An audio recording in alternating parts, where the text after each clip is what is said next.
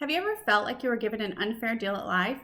Maybe you've loved someone so much that you kept yourself from developing a relationship for fear that you would be toxic for them. In this book titled The Fault in Our Stars, written by John Green and beautifully narrated by Kate Rudd, two ordinary teens are faced with extraordinary circumstances that lead them both to a support group where they develop an intimate bond. One is focused on the label and status as a survivor, and the others accepted their fate with death. The story takes place in Indiana and focuses on the unique love story and intricate twists of fate, which ultimately rock the teens to their core. Augustus accepts his remission and inability to ever play basketball again, even with popular admiration of his peers and his former status as an upcoming athletic star. While Hazel comes to terms with her terminal diagnosis that will soon end her life, and even refers to herself as a grenade ready to explode and destroy all who have come into contact with her.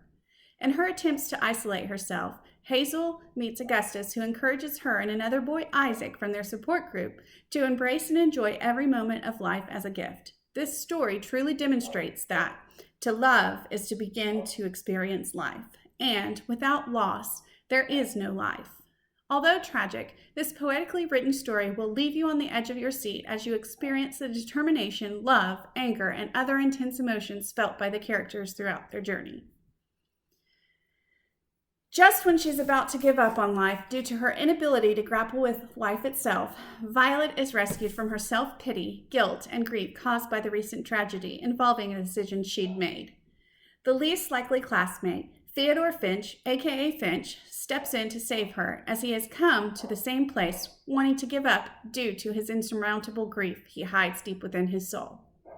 Another story set in a small town in Indiana proves that love is not biased nor exclusive, and that humanity demands the connection of two individuals in a much deeper capacity. Before the tragic accident and loss of her sister Eleanor, Violet was one of the most popular girls in the school. She begins to realize that popularity isn't everything in life and shies away from her superficial friends, whom she realizes to only associate with her due to her status as a cheerleader. Because of his isolation and deep buried pain, Finch fails to connect on this deep level until he finds Violet. As the story unfolds, the dark and painful truth regarding his motivation for isolation becomes clear. But will this make Violet think any less of him?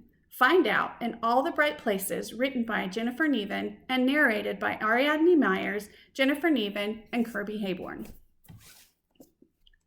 Who knew comics could unite two unlikely teens and be the spark of their romantic interest in one another?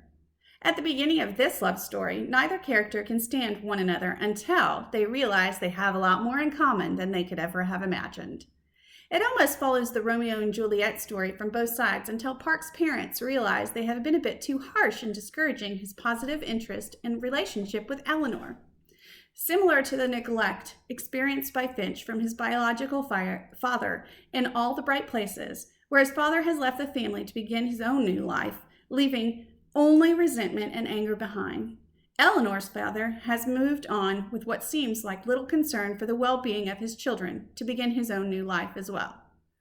Eleanor struggles to keep quiet without disturbing her violent and alcoholic stepfather, whom Park's father later identifies as a lowlife.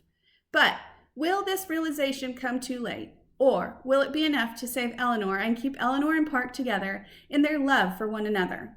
Learn for yourself in Eleanor and Park, written by Rainbow Rowell and narrated by Rebecca Lohman and Sunil Malhotra.